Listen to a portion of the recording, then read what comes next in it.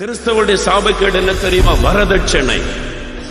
வரதட்சணை வரதட்சணை வாழ வந்த பிள்ளைய சந்தோஷமா வாழ விடாம என்ன கொண்டு வந்த?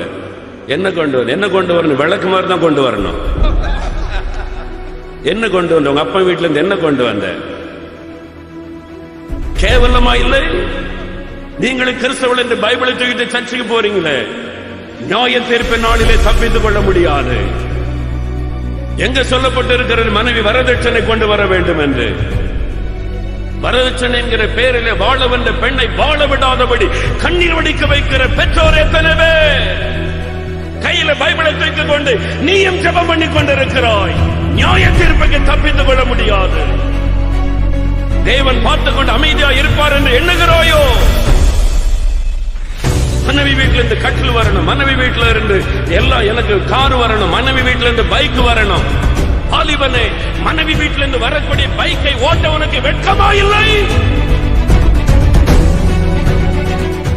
கேவலம். மனம் திரும்பும் கிறிஸ்தவ பெற்றோர், மனம் திரும்புங்கள்.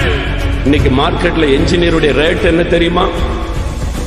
அவர் மகன் என்ஜினியரா, ரேட் என்ன தெரியுமா? அந்த கிறிஸ்தவ தகப்பன் சொல்லி இருக்கிறார். ரேட்டு யாருக்கு பேசுவாங்க? ஆட்டுக்கு மாட்டுக்கு தான் ரேட்டு பேசுவாங்க. அவனை பிடிச்சு கொண்டு வந்து மாட்டு தொழுவத்தில் கட்டணும். கேவலமா இல்லை? அசிங்கமா இல்லை?